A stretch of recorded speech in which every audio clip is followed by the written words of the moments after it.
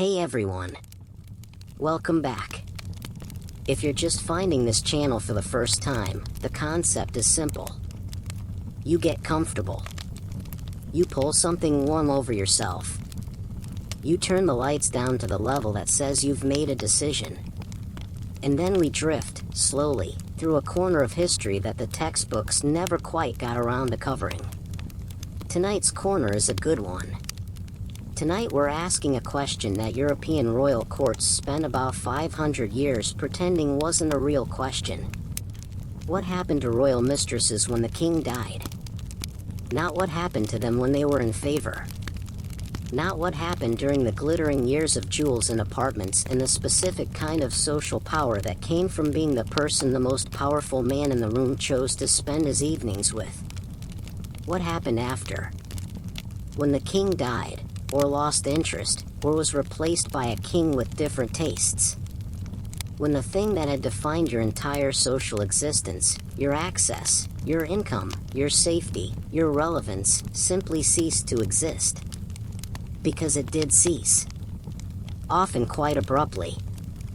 Often in ways that the courts that had spent years flattering these women showed no particular interest in managing graciously. We're going to drift through the courts of France and England and the Holy Roman Empire and a few other places, meeting women whose stories don't fit neatly into any standard historical category. They weren't queens. They weren't wives, usually, or at least not the wife in question. They were something the official record has always been slightly uncomfortable about. And what the official record is uncomfortable about is usually where the interesting history lives. So, settle in. The candles are very low. The court is waiting. Let's start with the basic architecture of the situation, because it has a structure that repeats across centuries with the consistency of a well-worn institution. The royal mistress was, in the courts of medieval and early modern Europe, a recognized if officially unofficial figure. She was recognized in the sense that everyone knew she existed. The king's wife knew. The king's ministers knew. The foreign ambassadors noted her existence in their dispatches. The courtiers competed for her attention and her favor. The petitioners understood that access to her could mean access to him. She was unofficial in the sense that no legal document acknowledged her position. She held no formal title attached to the relationship itself, though she often held other titles.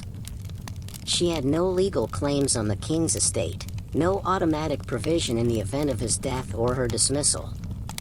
She was entirely dependent on the ongoing goodwill of the one person whose goodwill was by definition temporary. And everyone knew that too. The experienced royal mistress, the one who had been at this long enough to understand the game, understood that her position was essentially a lease rather than a purchase. The property was magnificent. The amenities were extraordinary. The social position was dizzying. But the lease could be terminated at any moment, with essentially no notice and varying amounts of compensation depending on the specific king and the specific circumstances. Most leases, in one way or another, eventually expired. The ending of a royal mistress's tenure came in several forms, each with its own set of practical and social consequences.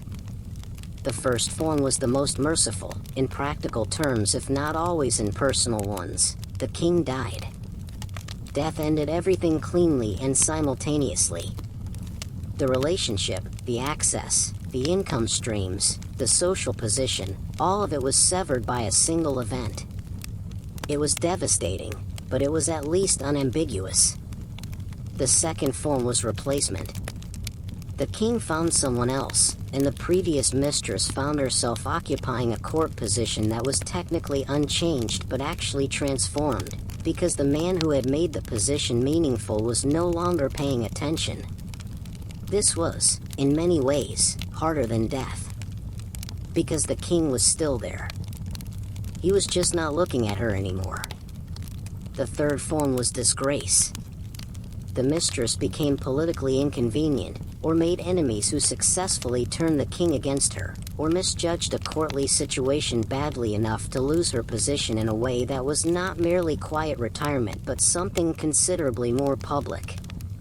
The fourth form, in certain specific Catholic contexts, was genuine piety. The king genuinely found religion, or the king's confessor finally got through to him, or the king became ill enough to take the spiritual accounting of his life seriously, and the mistress was quietly removed as part of a program of moral reform that was often about as permanent as it sounds. Each of these endings produced different consequences. We're going to look at all of them. Let's begin with the simplest case and work our way toward the more complicated ones. Let's talk about what happened to the women who had been careful. Because some of them were. Some of the most celebrated royal mistresses in European history were also some of its most competent financial managers, women who understood from the beginning that they were operating without a safety net and spent their time in favor constructing one. The most common instrument of financial security for a royal mistress was land. Land was the medieval and early modern equivalent of a diversified portfolio. It generated income. It didn't disappear when its owner fell out of favor. It could be managed by agents during periods when the owner couldn't manage it herself. It could be inherited. A smart royal mistress, or a smart family around a royal mistress, worked to get as much of the king's generosity as possible converted into property rather than cash, jewelry, or the kind of court appointments that depended on continued access. Cash was spent. Jewelry was pawned or stolen or demanded back. Court appointments evaporated. Land remained. Agnes Sorel is a good place to start, because she was the first officially recognized royal mistress in French history, and because her story illuminates almost everything we're going to be talking about tonight. Agnes Sorel was born around 1422, into a minor noble family in the Touraine region of France.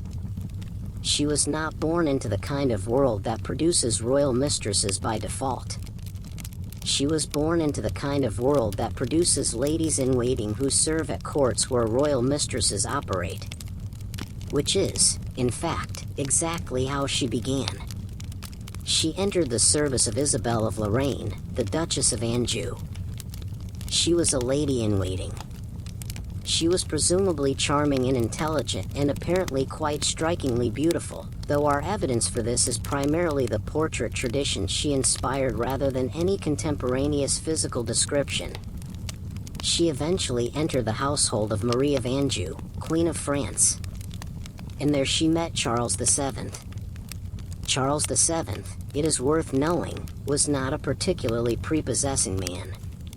He was the king who had needed Joan of Arc to tell him to go reclaim his throne, which tells you something about his baseline energy level. He was described by contemporaries with a certain diplomatic delicacy that suggests they were being kind. He was short, he walked with his knees slightly bent in a way that observers found notable enough to mention, and his face was, by several accounts, not his strongest attribute. But he was the King of France, which was more than adequate compensation for a limited personal visual appeal. Agnes Sorel became Charles's mistress around 1444. She was approximately 22 years old. He was about 40. What followed was one of the most influential royal relationships in French history. Not influential in the way that later royal mistresses would be influential, through the management of political appointments and the direction of foreign policy. Agnes influenced Charles in a more fundamental sense. She appeared to actually improve him. Contemporary accounts, which are admittedly written by people who benefited from her patronage, describe Charles before Agnes as listless, melancholic, chronically indecisive. They describe him after Agnes as engaged, purposeful, actually present in his own government. The accounts credit her with pushing him toward the military campaigns that eventually expelled the English from France, which is a significant contribution to French history by any measure. Whether this is accurate or hagiography is impossible to say at this distance.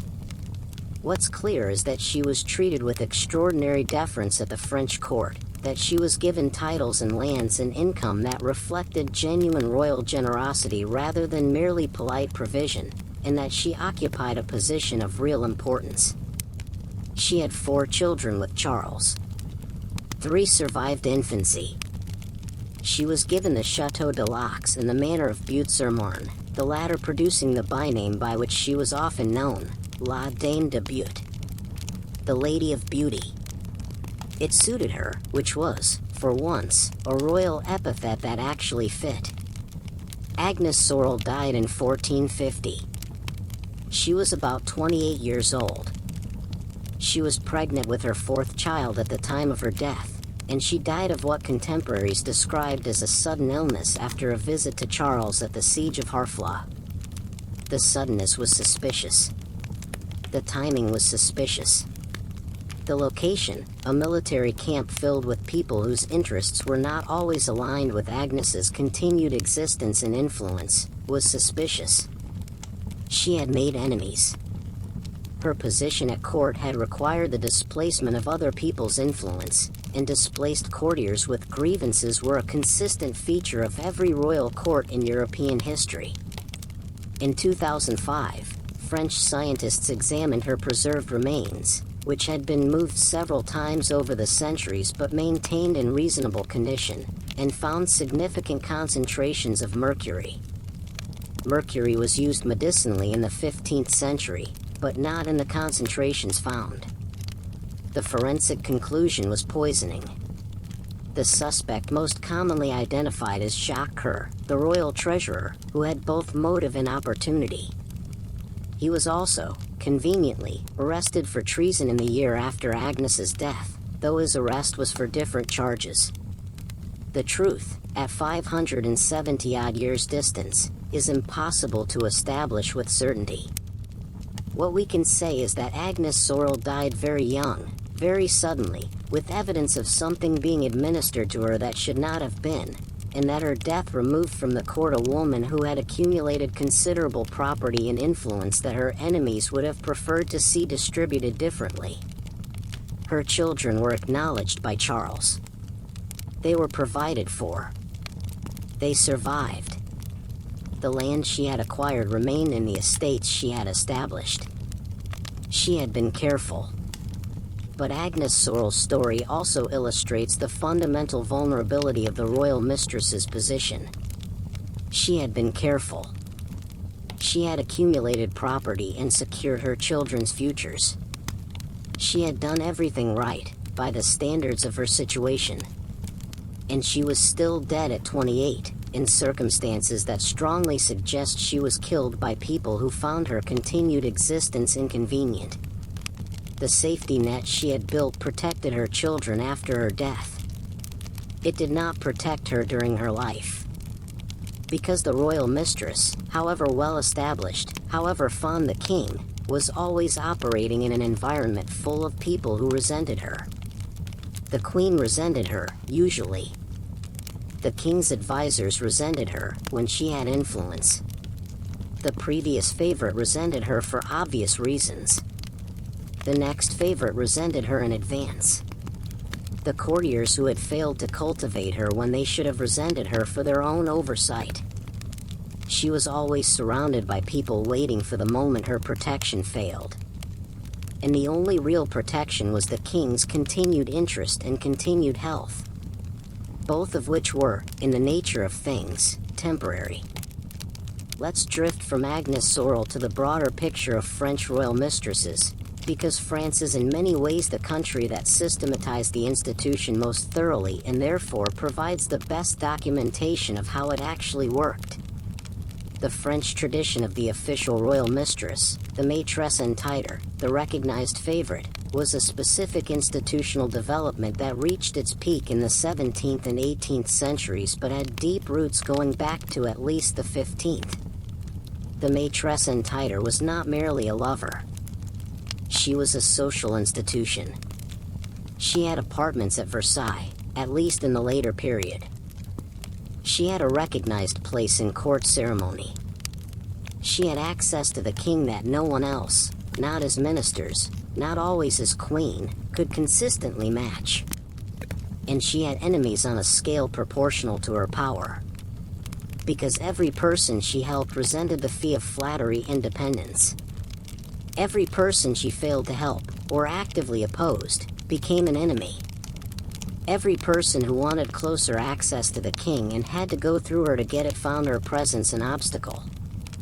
She was the most envied woman at court and often the most hated. And when the protection failed, the hatred did not suddenly evaporate. If anything, it clarified. Part 2, the English Model, or How to Lose Everything in One Afternoon. Let's cross the channel and look at the English version of this story. England had its own tradition of royal mistresses, which was somewhat less institutionalized than the French model but considerably more dramatic in its individual cases. The English court, particularly during the medieval period, was a more volatile political environment than Versailles. French royal government, especially after Louis XIV, had developed into a centralized, elaborate, relatively stable bureaucratic system. English monarchy remained more personal, more dependent on the individual king's temperament, more subject to sudden political reversals. This meant that the English royal mistress operated in a more precarious environment. It also meant that when things went wrong, they went wrong with a spectacular quality that the more managed French court generally avoided. Let's talk about Alice Perrers. Alice Perrers is not a name that appears in most popular histories of medieval England. She occupies a kind of awkward middle ground in the historical memory, too scandalous to be quietly ignored, too sympathetic in certain respects to be straightforwardly condemned, too poorly documented in the early period of her life to allow the full picture to emerge. What we know is this. She appears in the historical record in the 1360s as a member of Queen Philippa's household. A lady-in-waiting, as with Agnes Sorel. A minor connection to the court through legitimate domestic service. And then she appears as the mistress of Edward III of England. Edward III, at the point at which his relationship with Alice became established, was an old man by medieval standards. He was in his 50s. He had been one of the great warrior kings of medieval England, the man who had humiliated France at Crécy and begun the phase of the 100 Years' War that would eventually produce the situation that Agnes Sorel helped resolve. He was also, by the 1360s, a man whose wife was dying, whose grip on government was loosening, and whose emotional and practical dependency on Alice was significant. Queen Philippa died in 1369. She is said to have asked Edward, on her deathbed, not to enter into a subsequent marriage. He is said to have promised. He didn't marry Alice Perrers. He did give her an enormous amount of jewelry, property, cash, and court access. The scale of Edward's generosity to Alice was remarkable even by the standards of royal generosity to favorites. She received properties across England. She received wardships, the profitable right to manage the estates of noble minors that was one of the medieval crown's most lucrative sources of patronage. She is described in the chronicles of the period with a venom that tells you more about her power than about her character. The chroniclers call her greedy, manipulative, a bad influence on an aging king. They also, inadvertently, describe a woman who was clearly intelligent, clearly capable of managing significant financial interests, and clearly operating with a sophistication that her nominal social position didn't prepare her for. She appears to have had legal training, or at least access to legal advice, that allowed her to manage the properties she acquired with unusual competence. She appeared in court proceedings on her own behalf, which was unusual for a woman of her period and which scandalized the chroniclers considerably. She allegedly sat beside the judges at the Court of Common Pleas wearing a ring that was understood as a signal of royal protection, which the chroniclers found deeply offensive and which probably gave her some practical legal advantage. She was, in summary, using every tool available to her with a thoroughness that made the people who disapproved of her position doubly uncomfortable. Edward III died in June 1377. He died in a room at Sheen Palace. Alice Purrs was there. The account that has come down through the chronicles, almost certainly embellished but probably containing a core of truth, describes Alice taking the rings from Edward's fingers as he lay dying and leaving before he was dead. It is the kind of story that enemies tell. It may be true. It may be elaborated from a simpler truth. It may be fabricated from whole cloth. But it became the defining image of her in the historical record. The woman who stripped the rings from the dying king's fingers. Within hours of Edward's death, she was gone from Sheen. Within days, her enemies were in action. The parliament that had been controlled, during Edward's dotage, by the king's son John of Gaunt was replaced by a new political configuration under Richard II Regency Council. Alice's protectors were gone. She was arrested. She was tried, specifically for the offense of having appeared at the Court of Common Pleas in the manner the chroniclers had found so offensive. She was also charged with being married to another man while she was the king's mistress, which, if true, made her relationship with Edward something the church had opinions about. She was convicted. She was sentenced to exile. And then, in the way of medieval legal proceedings, things became complicated. She appealed. She produced evidence. She argued her case. She demonstrated, apparently successfully, that the charges were either overstated or fabricated. She was not exiled. She returned to England. She eventually recovered some portion of her property. She married, more openly, a man named William de Windsor, who had been one of Edward III's military commanders. Whether this was the same secret marriage that had been used against her or a subsequent arrangement is one of the many details of her life that remain unclear. She appears in records through the 1380s, managing her properties, continuing the legal arguments about her estates. And then she disappears from the record. She probably died sometime around 1400. She was not poor. She had been careful enough, or lucky enough, or legally skilled enough, to hold on to a significant portion of what she had accumulated. She was also not loved. Not by history. Not, apparently, by the court that had tolerated her when she was useful. But she was alive. And she had her land. Let's drift a little further forward in English history, to a case that is simultaneously better documented, more emotionally legible, and considerably worse in its outcome. Jane Shore. Jane Shore was the mistress of Edward IV of England. Edward IV was, by all contemporary accounts, a genuinely attractive man, which in itself was sufficiently unusual among medieval kings to be worth mentioning. He was tall, physically impressive, energetic, and had an enthusiasm for female company that his contemporaries documented with a kind of exhausted admiration. He had several mistresses over the course of his reign. Jane Shore was the most celebrated and, in the records that survive, the most sympathetically portrayed. Jane was not of noble birth. She was the wife of a London mercer, a merchant. She was a bourgeois woman drawn into the orbit of royalty by her own apparently considerable personal appeal.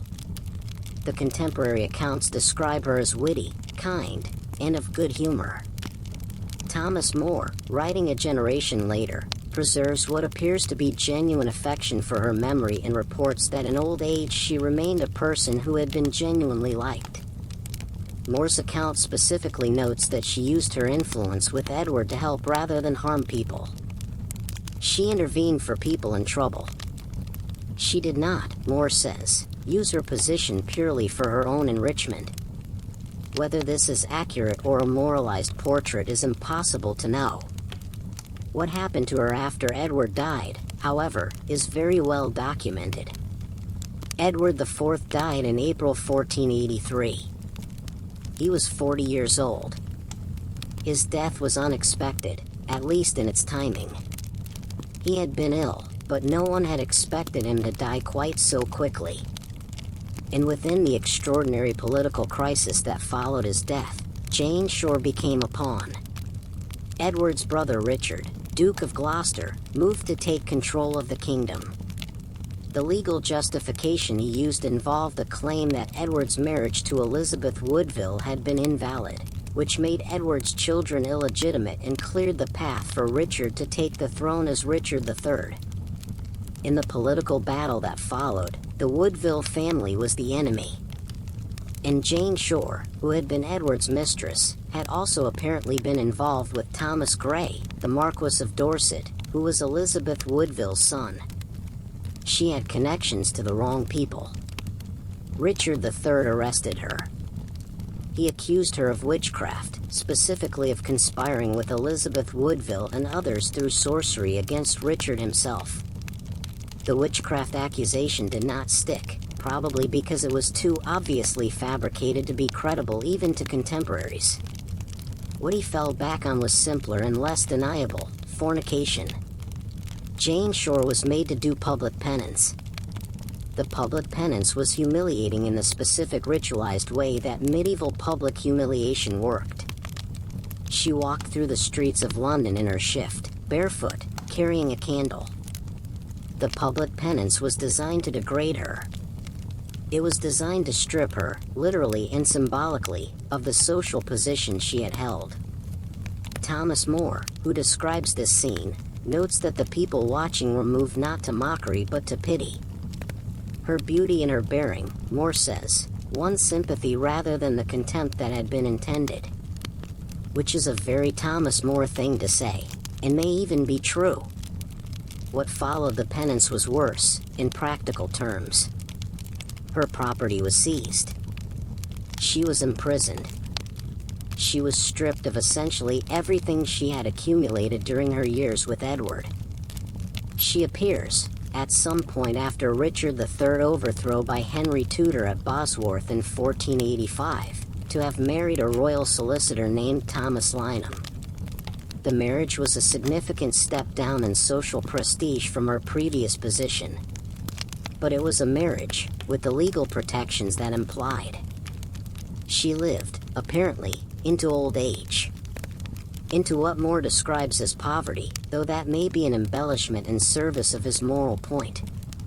She had not been careful in the way that Agnes Sorel or Alice Purrs had been careful.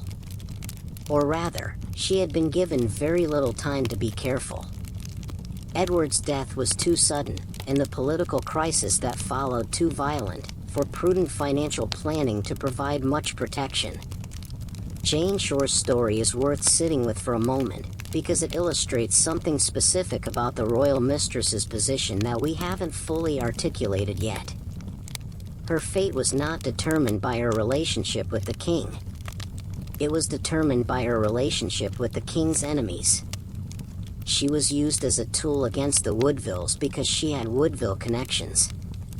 Her penance was a political statement as much as a moral one.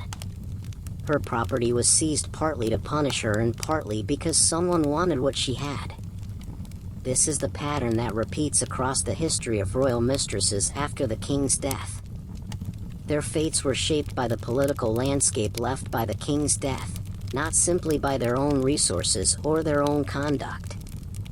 A mistress whose king died in stable political circumstances, whose successor was either benevolent or indifferent, who had accumulated property in a jurisdiction whose legal system would protect it, could survive the transition with her assets reasonably intact.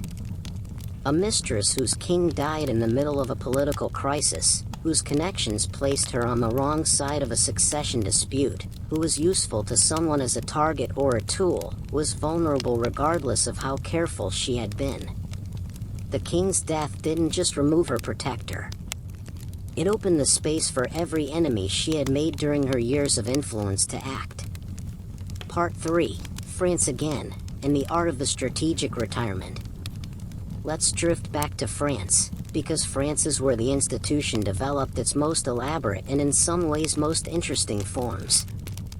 And France is where we find Diane de Poitiers.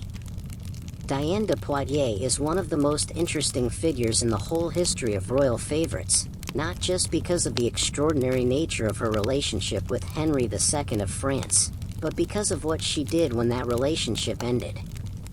She didn't just survive.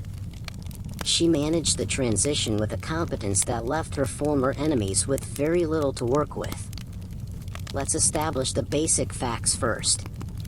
Diane de Poitiers was born in 1499. She was the daughter of a minor noble family with good connections and modest means. She married Louis de Brézé, Grand Seneschal of Normandy, who was significantly older than she was. She was, by various accounts, a devoted and competent wife who managed her husband's affairs with considerable skill. Her husband died in 1531. She was 32 years old.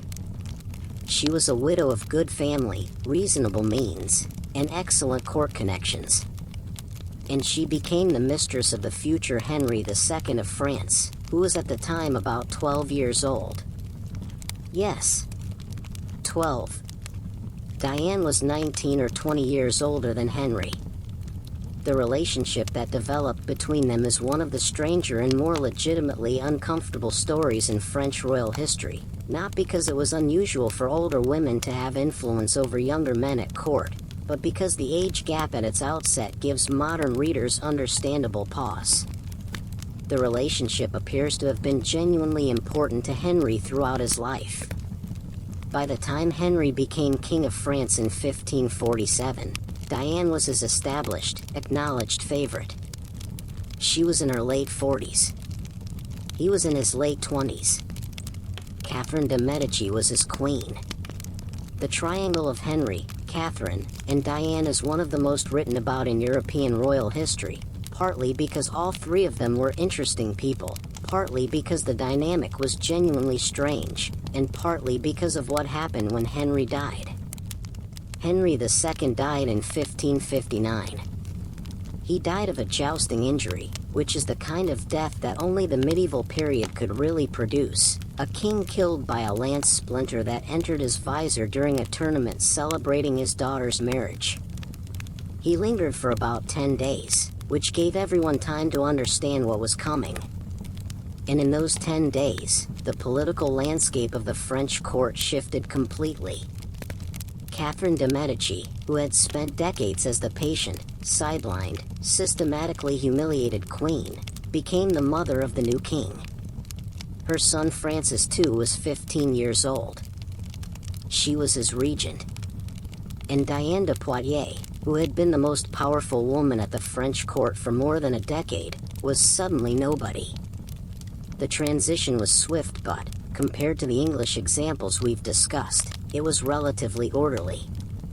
Catherine was not a vindictive woman in the straightforward sense. Or rather, she was capable of vindictiveness, but she was also a pragmatic and intelligent politician who understood that a public spectacle of revenge against Henry's beloved favorite would reflect poorly on her dignity and possibly alienate sympathizers. She asked Diane to return the crown jewels. This was not a minor request. Diane had had custody of significant pieces of the royal jewelry collection during Henry's reign, which was one of the ways royal favor expressed itself practically. Diane returned them. She also was required to give up the Château d'Anet, the magnificent house that had been built for her largely at royal expense and which was one of the most beautiful buildings in France. In exchange for the Château d'Anet, she received the Château de Chaumont, which was also magnificent, though not quite as magnificently situated. She was not arrested. She was not put to public penance. She was not stripped of the land she had personally acquired through her decades of financial management. She retired to the country. She was 60 years old. She lived for another 7 years, at Anet, which she had apparently negotiated the return of, or never fully surrendered, or reacquired at some point. The details are disputed. She died in 1566 at 66 or 67, having managed one of the more graceful exits from royal favor in the historical record. Diane's relative success in the aftermath of Henry's death was not accidental. She had spent decades building a financial position that didn't depend entirely on royal favor. She owned land in her own right. She had income streams that derived from her own property rather than royal appointments. She had legal counsel and administrative staff who knew how to manage her estates. She also had something that Alice Purrs and Jane Shore hadn't had in the same degree: the specific protections that French noble law extended to property. French inheritance law, and the property law that governed noble estates, was in certain respects more protective of established ownership than English law. It was harder to strip an established landowner of their property through the kind of rapid political action that had devastated Jane Shore. Catherine could demand the crown jewels because the crown jewels were demonstrably crown property. She could demand Anet because the king had given it to Diane as a royal gift in circumstances that made royal ownership arguable. But she couldn't easily reach the property Diane had built through her own management and acquisition over decades. She didn't try very hard to. Whether from political calculation or from a genuine preference to move forward rather than backward, Catherine chose a resolution that removed Diane from the court without destroying her. It was possibly the most practical decision Catherine de Medici made in a career full of practical decisions. Let's talk about Gabrielle d'Estrées, because her story is one of the saddest in this entire catalog, and it is sad in a different way from the others. Gabrielle d'Estrées was the mistress of Henry IV of France, the first Bourbon king, the man who had converted from Protestantism to Catholicism with the famous remark, whether he said it or not, that Paris was worth a mass. Henry IV was a man of extraordinary charm, considerable military talent, and an entirely undisciplined personal life. He had a long series of relationships with women throughout his life, and Gabrielle was the last and most important of them. She became his mistress in the early 1590s. She was young, she was blonde, she was charming, and she was, by the standards of her time and her situation, genuinely beloved by the king. She gave him several children, all of whom he acknowledged. The eldest, César de Vadum, was treated essentially as a royal son, given a royal title, and raised with a status that made his illegitimacy a legal fact rather than a social one. Henry wanted to marry Gabrielle.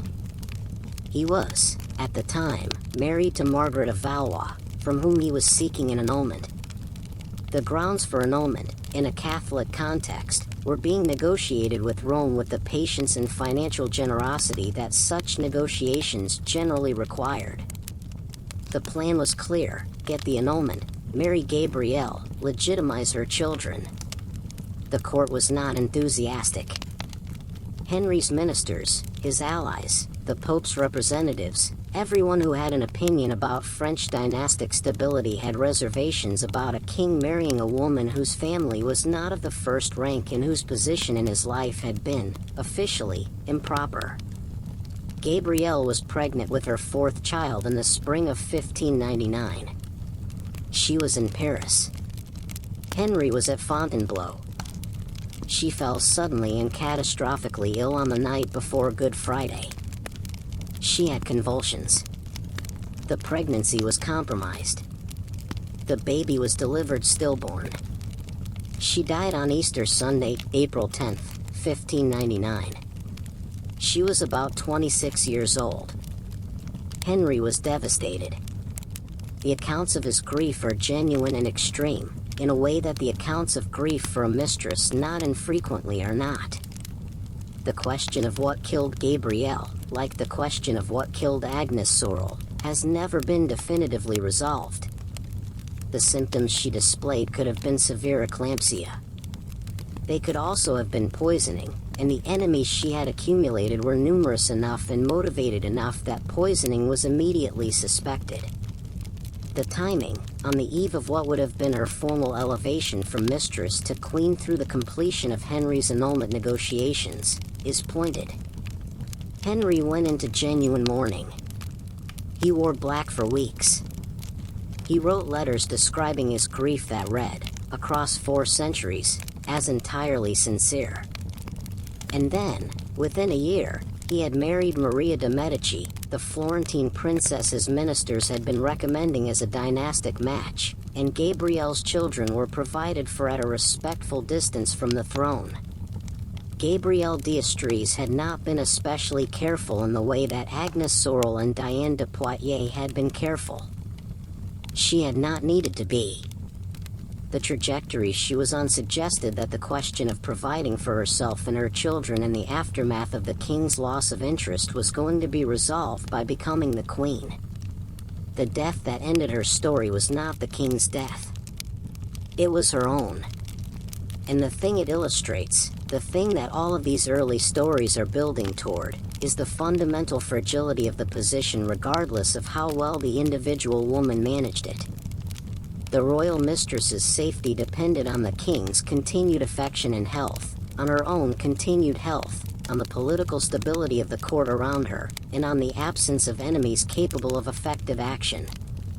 Any one of these could fail. Any one of them was enough. Part 4, the Versailles system, and why it was actually worse. Let's jump forward to the 17th century, because that's when the French court under Louis XIV created what was essentially an industrial system for managing royal favorites, and the industrial scale revealed the institutional logic of the whole arrangement with unusual clarity.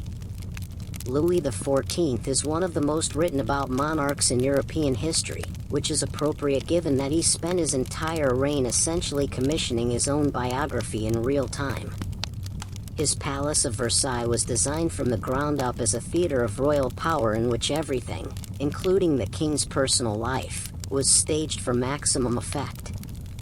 The Maitresse en titre was, in this system, a formal role with formal protocols. She had apartments at Versailles at a specific level of the palace that indicated her status relative to other court women.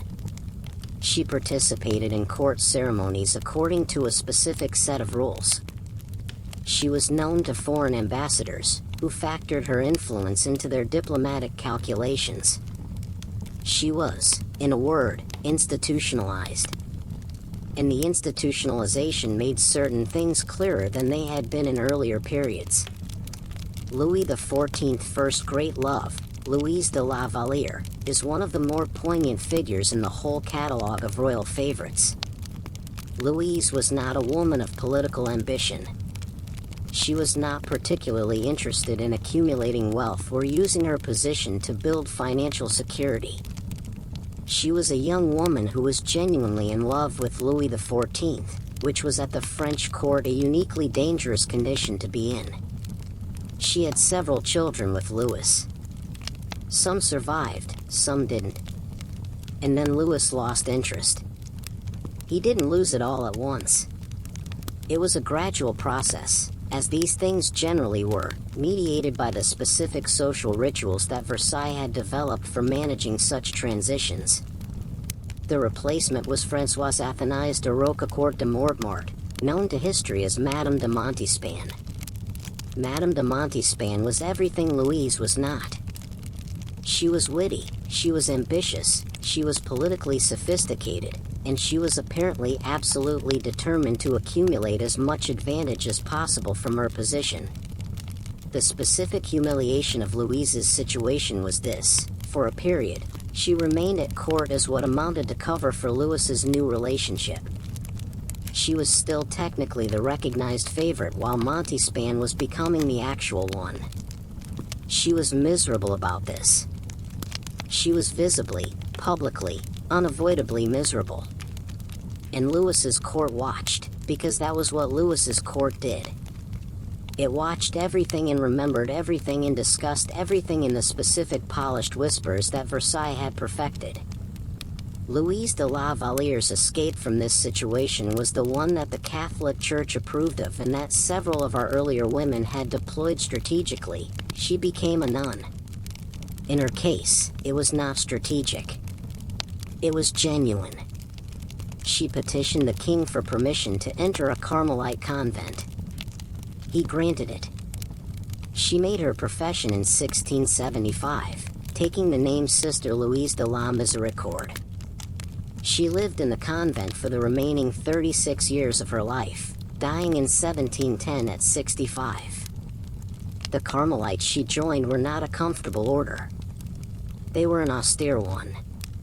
The contemporary accounts suggest that she found something in that austerity that the court had not provided. She also, in the convent, was largely beyond the reach of the court politics that had made her last years at Versailles so wretched. Whatever you think of the religious dimensions of her choice, the practical dimensions were straightforward. She removed herself from a situation that was causing her ongoing harm and placed herself in an institution that provided a different kind of protection. It was, in its own way, a form of the careful management we've been discussing all evening. The instrument was different, but the underlying logic was the same. Get somewhere you can't be easily reached. Madame de Montespan's story is different. Where Louise de la Valliere was passive and unhappy and eventually devout, Montespan was active and calculating in very much of the world.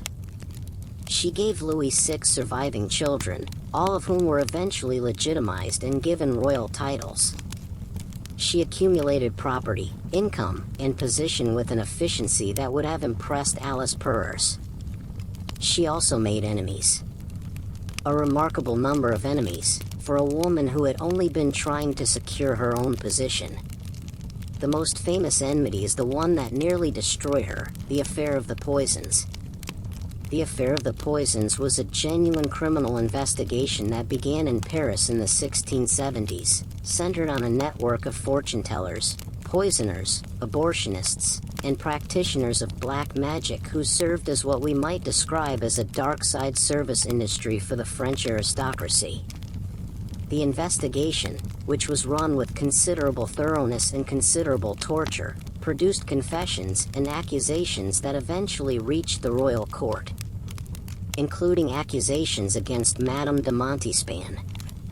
The accusations, which the investigators found at least partly credible, suggested that she had purchased love potions and other substances designed to maintain Louis's affection and that she had, in more extreme moments, been involved in something considerably darker.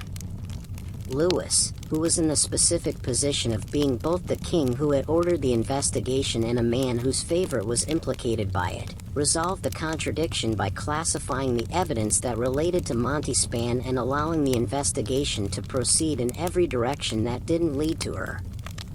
She was not arrested. She was not tried. But the relationship with Louis, which had already been fading, did not recover.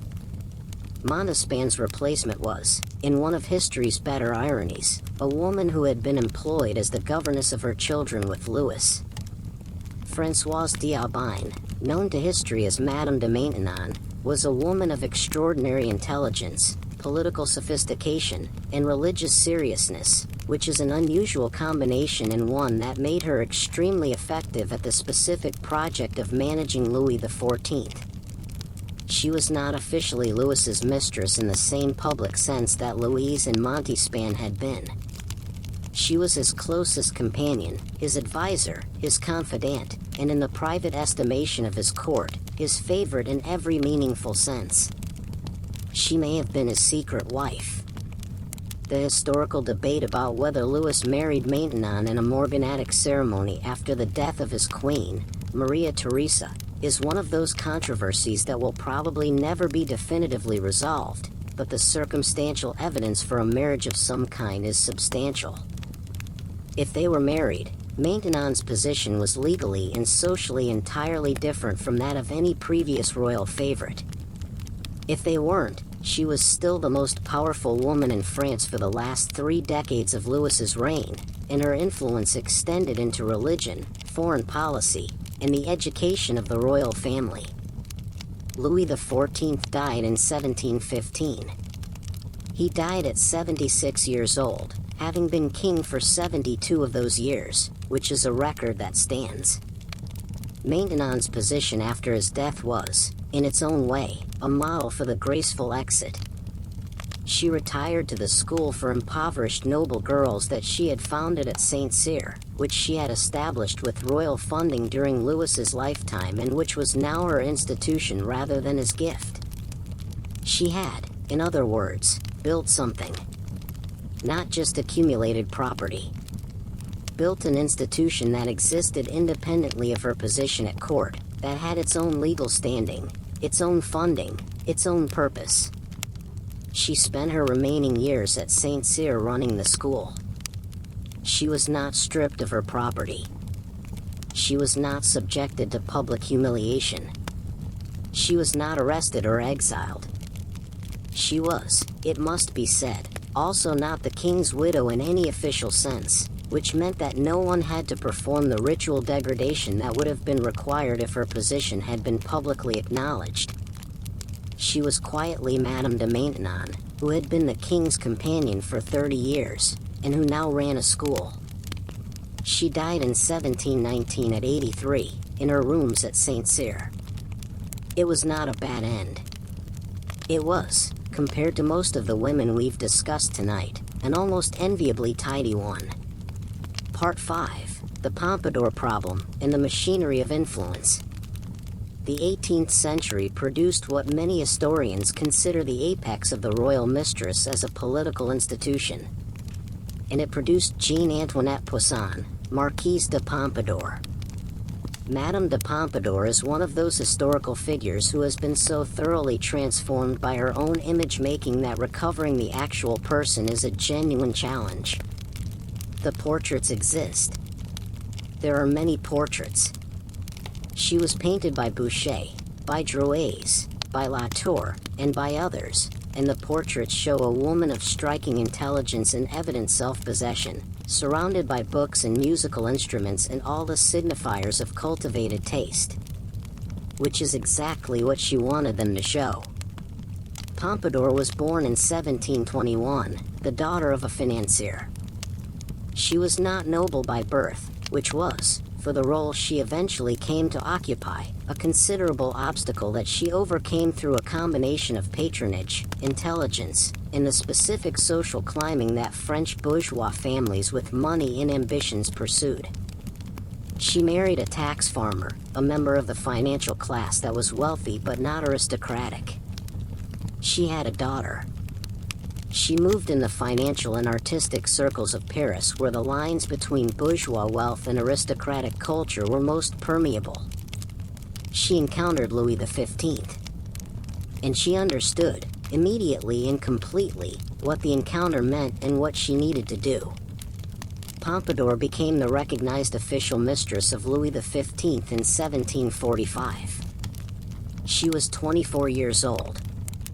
She remained in that position for approximately 5 years in the fully romantic sense, and then, when her health declined and the physical dimension of the relationship faded, she remained in a different position, Louis's closest confidant, his chief advisor in matters of art and culture and increasingly in matters of policy, his companion in every meaningful sense except the original one. This transition from lover to advisor was not common in the history of royal mistresses. It required something unusual, a king who found the relationship valuable enough to maintain after it had changed character, and a woman intelligent enough to make herself indispensable in the new form. Pompadour managed both. Her influence over Louis in the later phase of their relationship extended into significant political decisions. She was involved in the reversal of French alliances that resulted in the diplomatic revolution of 1756, one of the major geopolitical shifts of the 18th century. She had views on French foreign policy and she expressed them to a king who listened. She was also the most significant individual patron of the arts in mid-18th century France, which is saying something given the field. The Sèvres porcelain manufactory was established under her patronage. The Petit Trianon at Versailles was built, in part, for her. She was making things. Pompadour also had the enemies that any woman in her position accumulated. The court conservatives resented her bourgeois origins. The Queen's circle resented her influence. The devout resented her existence. The nobles who wanted access to Louis and had to compete with her influence resented the competition. There was a persistent satirical literature, the Poissonnades, playing on her family name, Poisson means fish, that mocked her origins and her position. She collected the pamphlets. This is, depending on how you read it, either a sign of remarkable psychological security or a kind of strategic intelligence gathering, knowing your enemies well enough to keep track of what they were saying about you. She died in 1764. She died in office, essentially. She died at Versailles, in her apartments, with Louis XV present. She was 42 years old. She had tuberculosis, which had been declining her health for years. Louis wept. He was reported to say, watching her coffin leave Versailles in rain, that she would have that weather. She liked fine weather. It is a small, human, entirely unexpected statement from a king famous for emotional reserve. He did not take another official mistress for several years. Pompadour did not have the problem that many of her predecessors had faced, what to do after the king died or after he stopped caring. She died first. And she died with her affairs in order. She had arranged provisions for her household. She had settled debts. She had made bequests. She had done, in the organized way she did everything, the practical work of ending. The estate she left was considerably less than the scale of royal generosity she had received might suggest, which was partly the result of her enormous expenditure on patronage and partly the result of the specific way royal generosity worked. It flowed in one direction while you were in favor and not necessarily in ways that were fully transferable. The properties she had been given were returned to the crown or to their designated heirs. The movable assets she had accumulated were considerable but not enormous. What she left behind that mattered most was not money. It was cultural infrastructure. The artists she had patronized continued to work.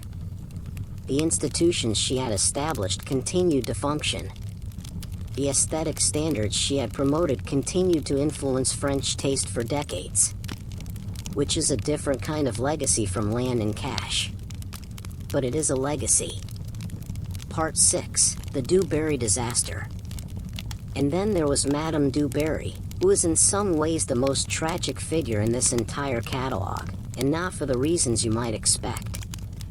Jean Bcu, Comtesse du Barry, was the last official mistress of Louis XV, who had finally taken another official favorite after Pompadour's death. She was born in 1743, the illegitimate daughter of a seamstress.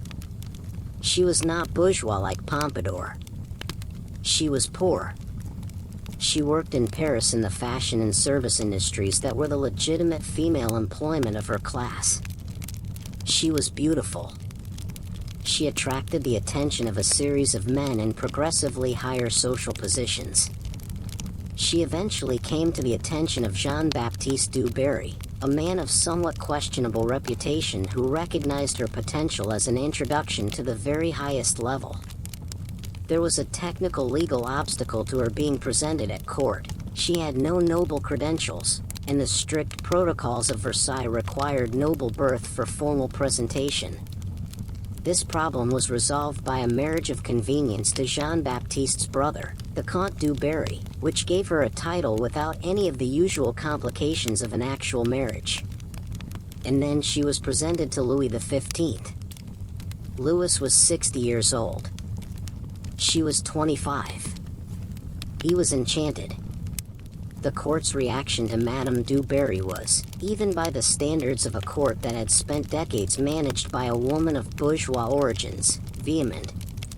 Pompadour had been bourgeois but educated and sophisticated, with cultural credentials that the court could at least grudgingly respect. Du Barry was from an entirely different background. The courtiers who wanted to mock her had material that the Poissonades had never had. The mockery was vicious. But Louis didn't care. He gave her apartments at Versailles. He showered her with gifts with a generosity that exceeded even his previous historical record for extravagance. She was not politically influential in the way Pompadour had been. She didn't have Pompadour's education or intellectual framework. But she made Louis happy in the years when not much else did. She was also, according to contemporaries who had no particular reason to be generous about her, genuinely kind. She used her influence to help people in trouble. She was not vindictive. She was not scheming in the mode of some of her predecessors. She was a woman from poverty who had found herself in the most gilded palace in Europe, and she was trying, as best she could, to navigate something that nothing in her background had prepared her for. Louis XV died in May 1774.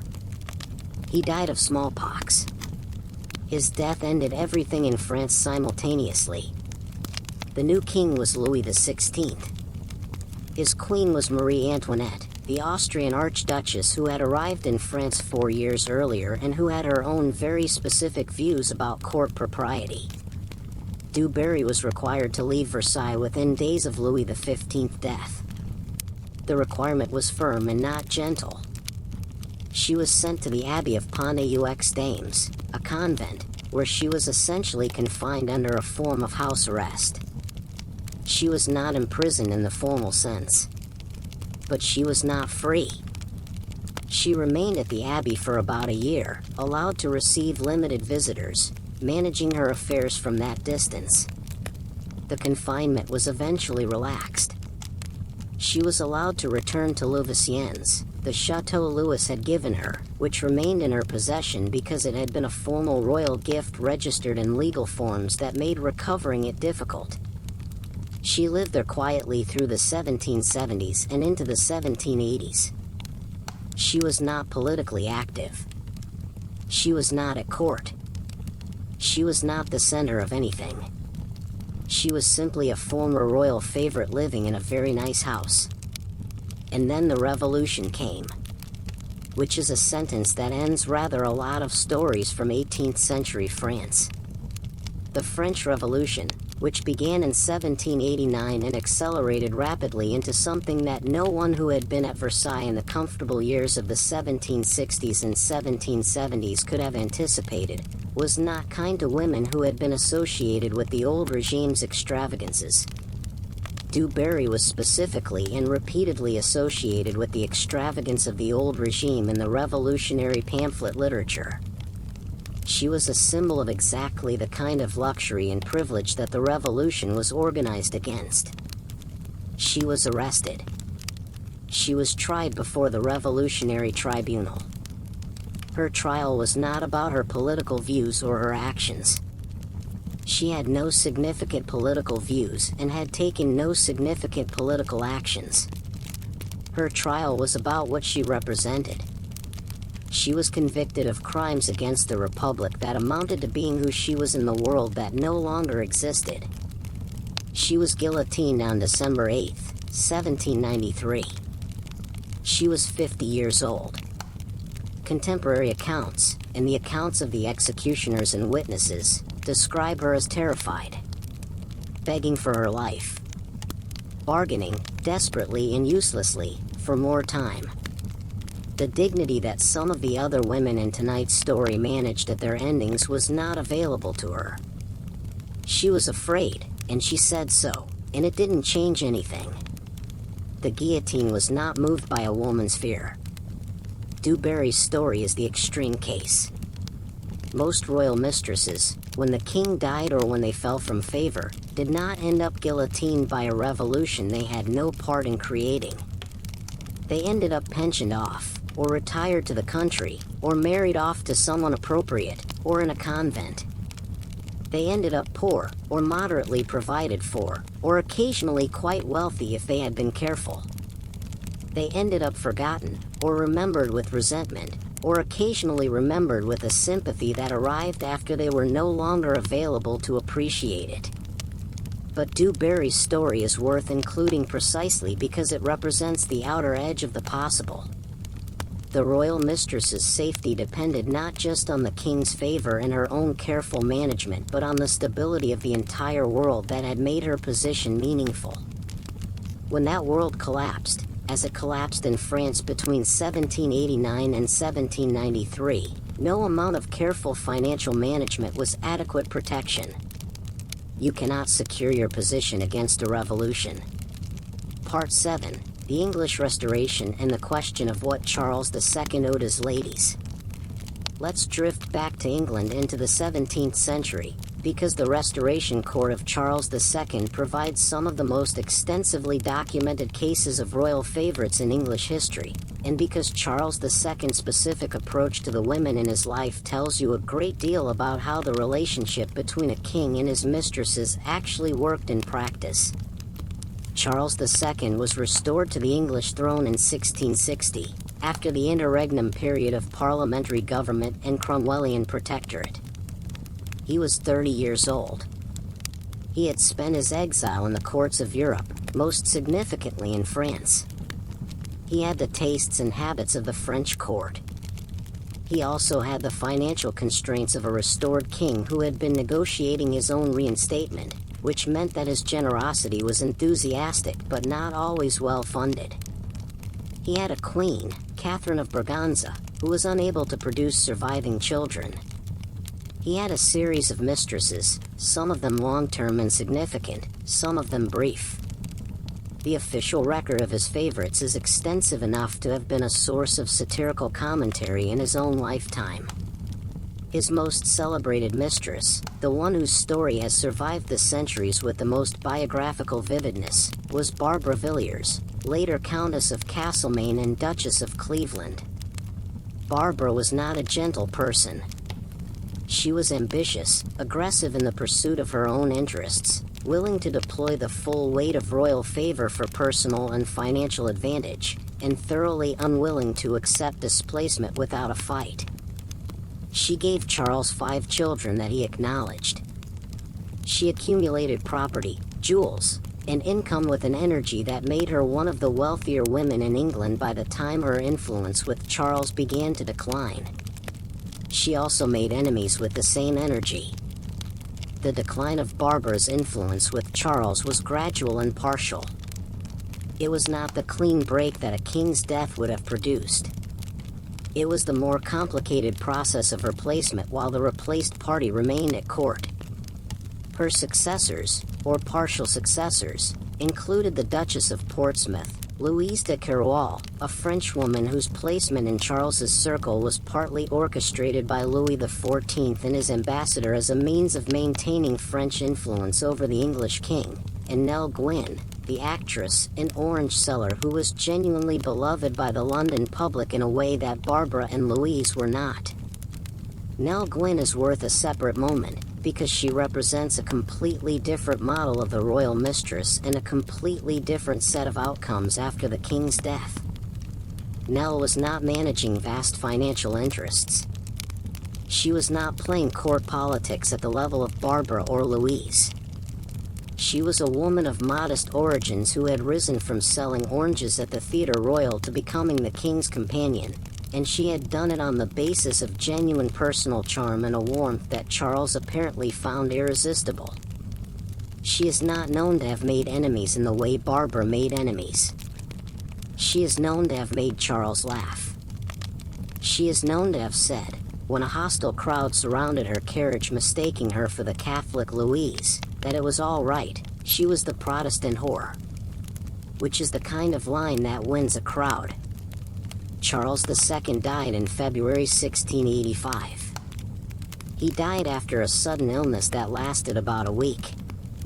On his deathbed, he is famously reported to have said, "Let not poor Nellie starve," which is, for a deathbed statement, simultaneously touching and slightly damning. It suggests that he knew, as he was dying, that the woman who had made him laugh for the better part of 15 years was not adequately provided for and was at risk of material deprivation without royal intervention. He said this to his brother, James, who became James II. James honored the request. Nell Gwyn received a pension. She received enough to live on. She died in 1687, 2 years after Charles, of a series of strokes at 37. She was not destitute.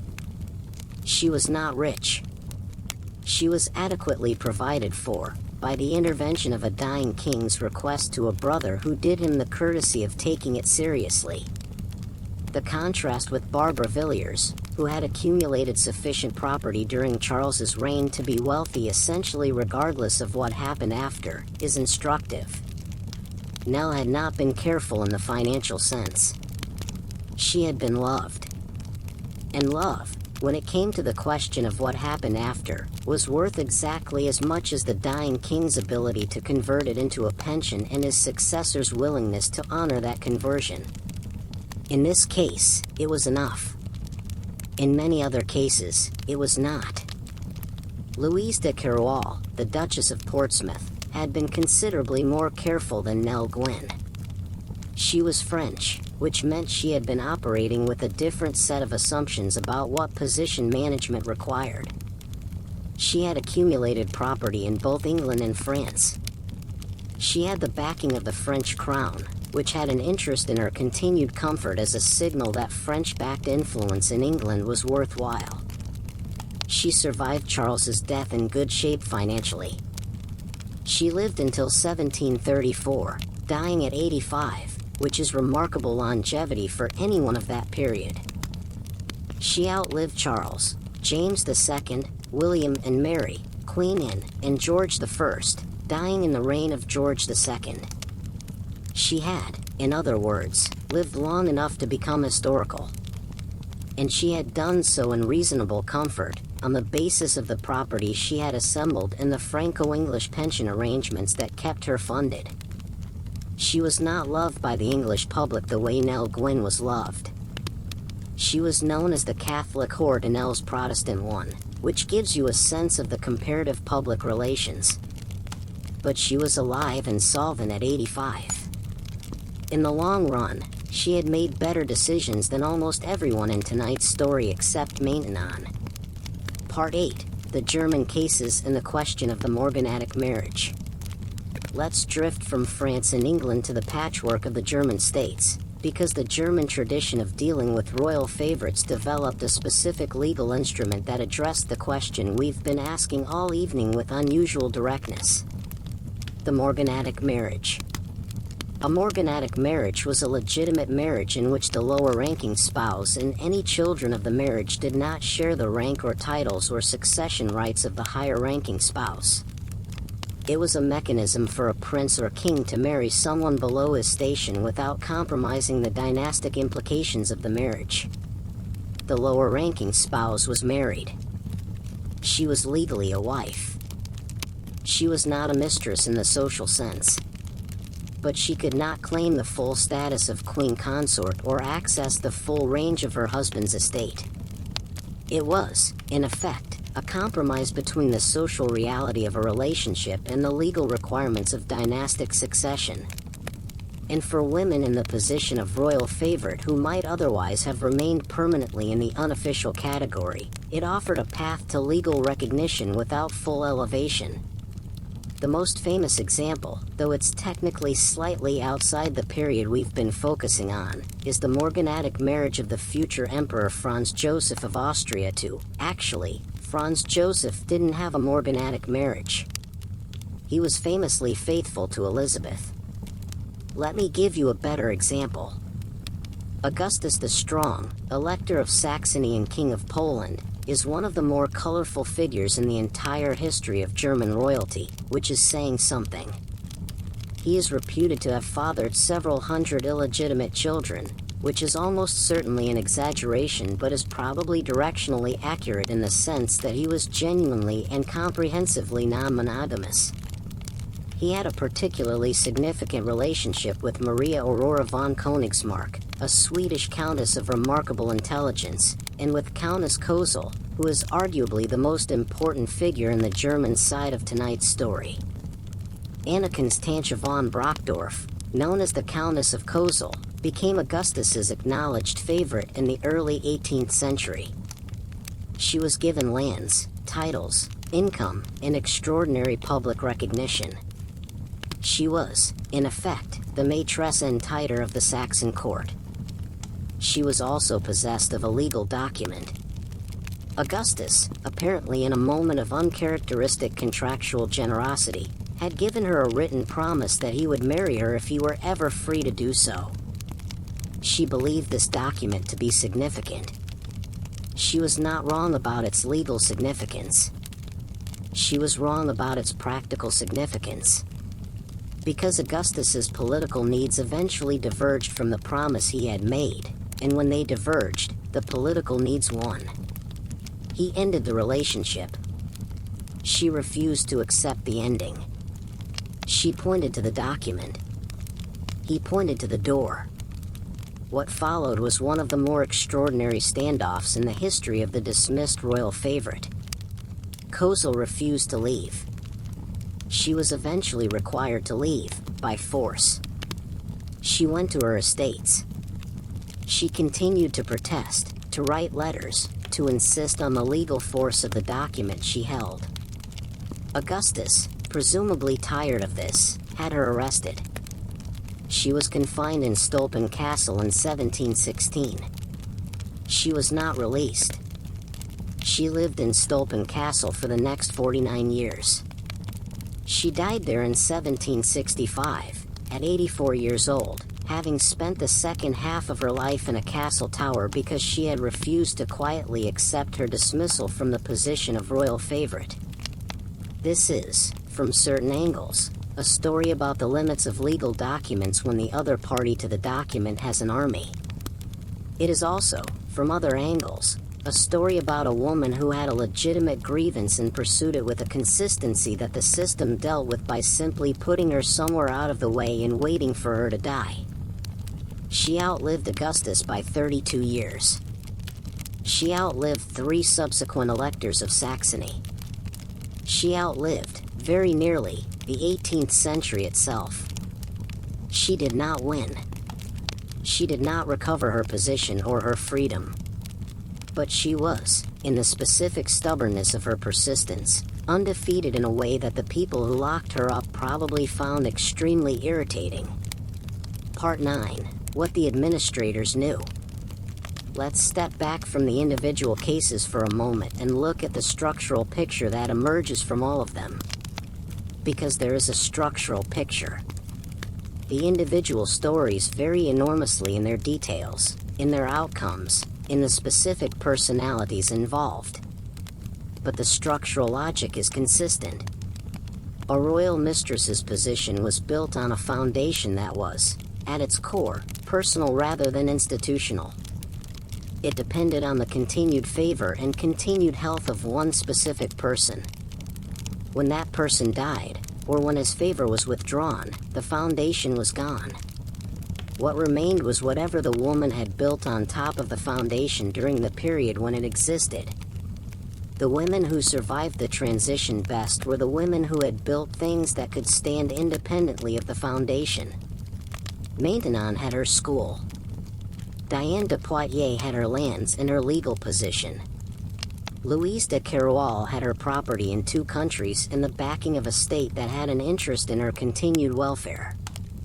The women who survived least well were the women who either hadn't built anything independent, like Nell Gwyn, or who had built plenty but couldn't protect it when the political environment around them became hostile, like Jane Shore, or who had simply died before the question became relevant, like Agnes Sorel and Gabrielle d'Estrées.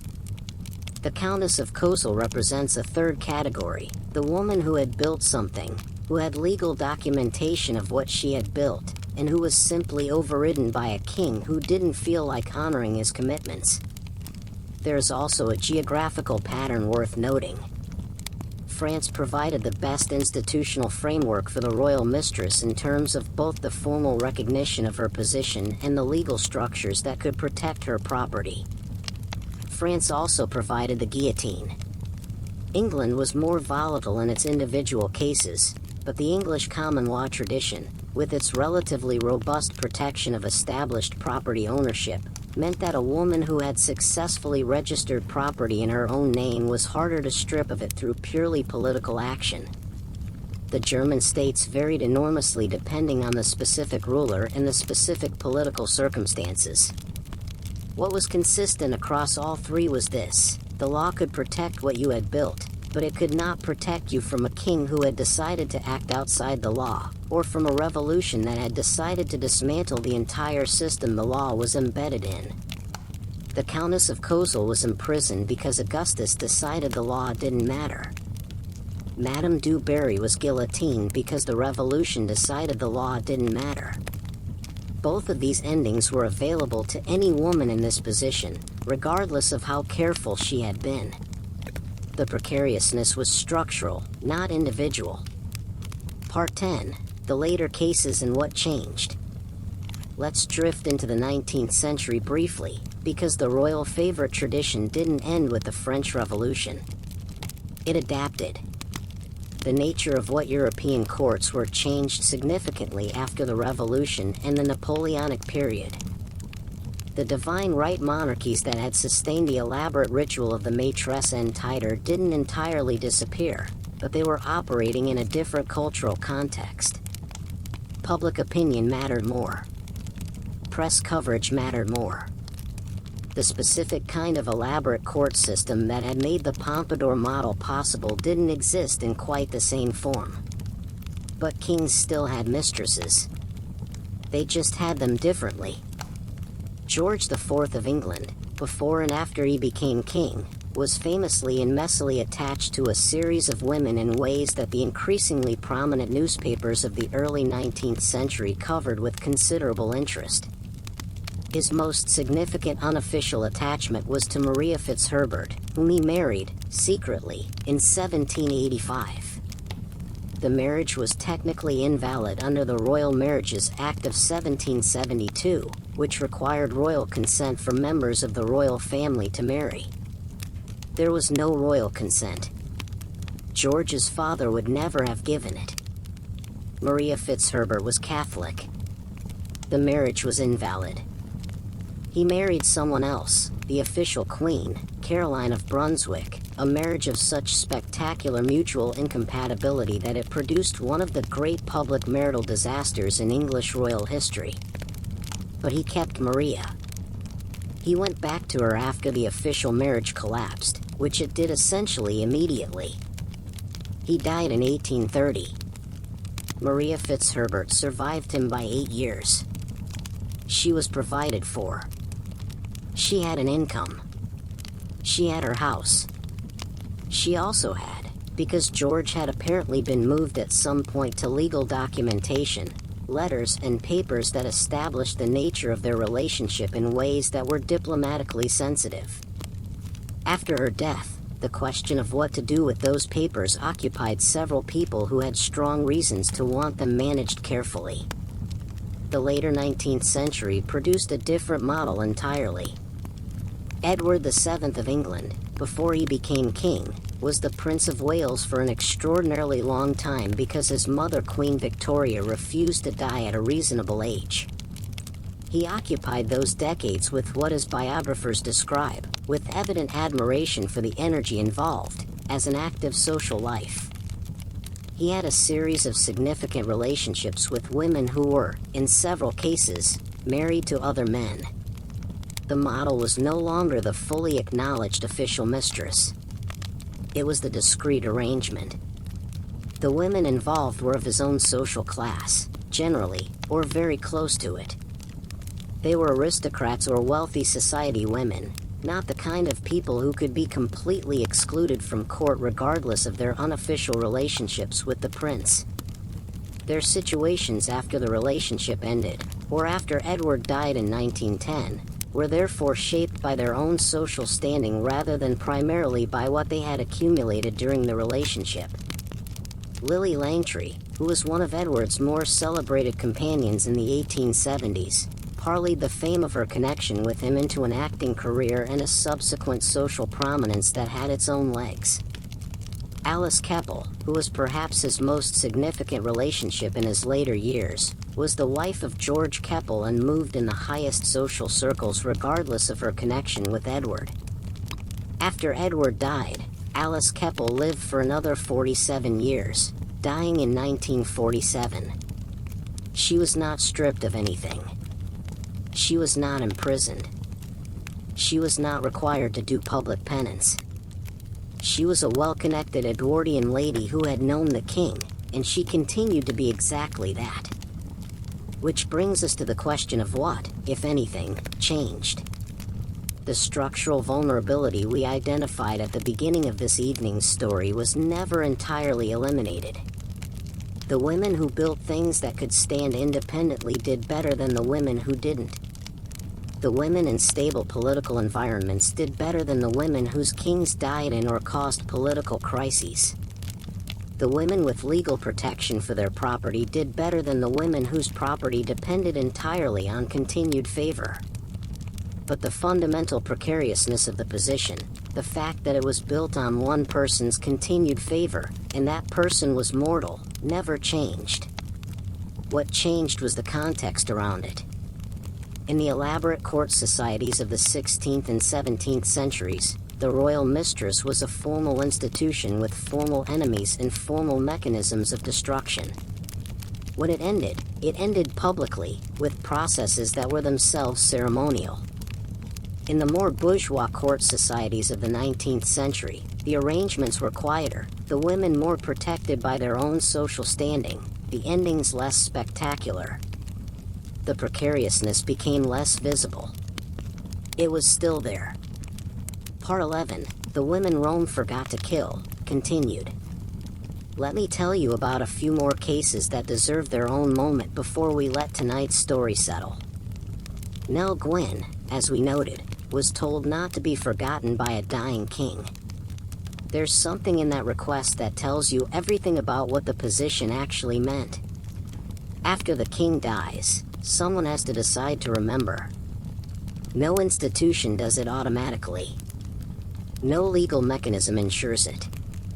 No document says that the man who had a woman's company for 15 years owed her anything specific when he died. He had to ask. She had to hope the person he asked took it seriously. Charles II asked James II. James took it seriously, more or less. The system worked, barely. But the system working depended on the specific character and the specific decisions of individuals. And the specific character and specific decisions of individuals were, in the history of royal succession, not reliably generous. Let's talk about Hortense Mancini, because her story is one of the strangest and most entertaining in this catalog. Hortense was one of the Mazarin nieces, the group of Italian women brought to France by Cardinal Mazarin, Louis XIV chief minister, to make good marriages and advance the cardinal's family interests. She was considered one of the most beautiful women in Europe at a time when that was a meaningful category. She married the Duc de la Meilleraye, who was subsequently created Duc de Mazarin upon inheriting the cardinal's fortune, and who was, by all accounts, genuinely insane in a specific religious mania direction. He decided that the statues in his house were obscene and had their genitals chipped off. He had the teeth of his female servants filed down on the grounds that attractive teeth were a source of temptation. He made Hortense's life bizarre and miserable in ways that are difficult to fully summarize. She escaped. She escaped repeatedly. He caught her several times. She escaped again.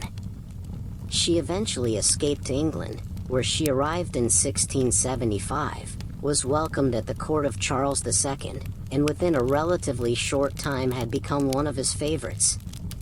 She brought with her a sword, which she apparently used to demonstrate fencing technique at various social occasions, and a talent for gambling, and a personal magnetism that the court found irresistible. She also brought debts, several dogs, and at least one maid who may have been more than a maid. She was, in summary, a person of unusual character. Hortense had a pension from Charles II. When Charles died, James II continued the pension.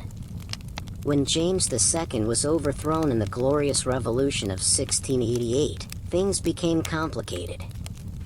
William and Mary were Protestant monarchs who had no particular attachment to the lifestyle of the Restoration Court or to the women who had been associated with it.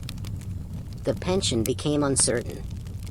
Hortense spent the last years of her life in London, which she had made her home, increasingly short of funds, still gambling, still entertaining, still the extraordinary person she had always been. She died in 1699. She was 53. She was not destitute. She was not imprisoned. She was not guillotined.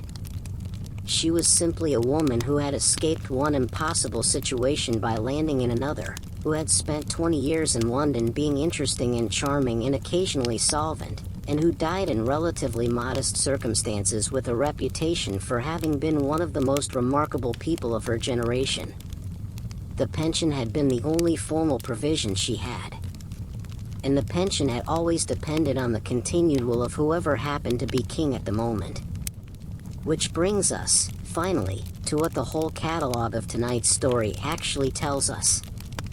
The royal mistress's fate after the king died was determined by 3 factors, in roughly the following order of importance. First, the political stability of the transition. A smooth succession with a new king who was either benevolent or indifferent produced manageable outcomes. A contested succession, a revolution, a period of political crisis, produced outcomes that ranged from bad to catastrophic. Second, the woman's own preparations during her time in favor. The women who had accumulated independent property, established independent institutions, maintained independent legal standing, or cultivated independent social networks were better positioned than the women who had relied entirely on the king's continuing protection. Third, and most unpredictably, the specific generosity or malevolence of the king's successors and enemies.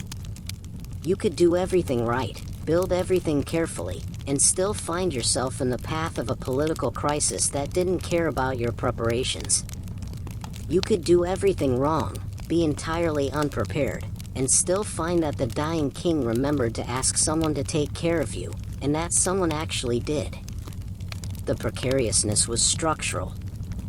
It could be managed. It could not be eliminated. Part 12, the very slow ending. We've been here for a while now. The courts of Europe have been spread before us all evening. The French ones with their elaborate ceremonies and their systematic approach to managing favorites. The English ones with their volatility and their occasional dramatic degradations. The German ones with their morganatic marriages and their tendency to imprison women in castles.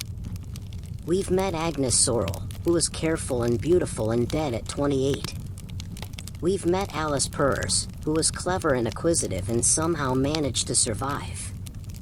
We've met Diane de Poitiers, who was older than her king and outlasted the relationship with remarkable grace. We've met Gabrielle d'Estrées, who died before she could become queen. We've met Louise de la Valliere, who became a Carmelite nun with apparent sincerity. We've met Madame de Montespan, who was accused of poisoning and black magic and survived to old age. We've met Madame de Maintenon, who may or may not have been a secret queen and who definitely ran a school. We've met Madame de Pompadour, who was everything. We've met Madame du Barry, who was guillotined. We've met Nell Gwyn, who was told not to be let to starve. We've met the Countess of Kozel, who refused to go quietly and spent half a century in a castle. What does it add up to? It adds up to this. The royal mistress was a woman operating in a system that gave her extraordinary access to power and wealth and then provided no mechanism for protecting what she had gained when the source of that access disappeared. She was making it up as she went. Some of them made it up brilliantly. Some of them made it up competently. Some of them didn't have time to make it up at all, because the thing they were building against was death or political catastrophe, both of which move faster than careful planning.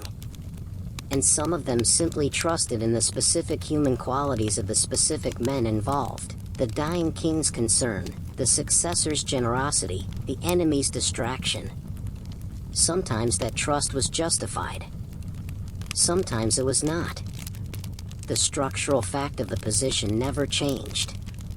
What changed was who was doing the building, and what they built, and what the world did to it when the foundation was gone. Let the story settle. Diane de Poitiers is in her chateau in the country, managing her estates. Madame de Maintenon is at Saint Cyr, teaching children. Nell Gwyn is in her house in Pall Mall, not starving. Agnes Sorel's children are being raised as acknowledged royal daughters. Alice Purrs is somewhere in England, with her land.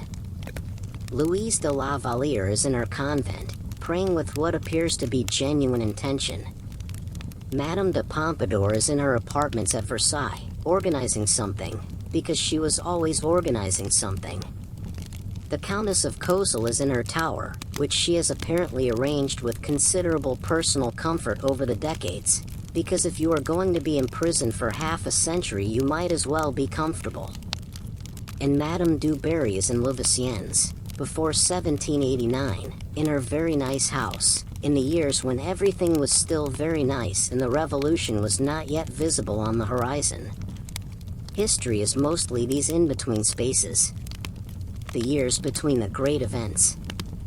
The ordinary days of women who were living in extraordinary circumstances but still had to get up in the morning and make decisions about their time and their money and their relationships and their futures. The women we've discussed tonight were not passive recipients of the fate history assigned them. They made choices. Some of those choices were good. Some were bad. Some were made in circumstances where there were no good choices available. They were navigating. And what they were navigating was, at its core, the same problem that women in much less glamorous circumstances were navigating across the same centuries.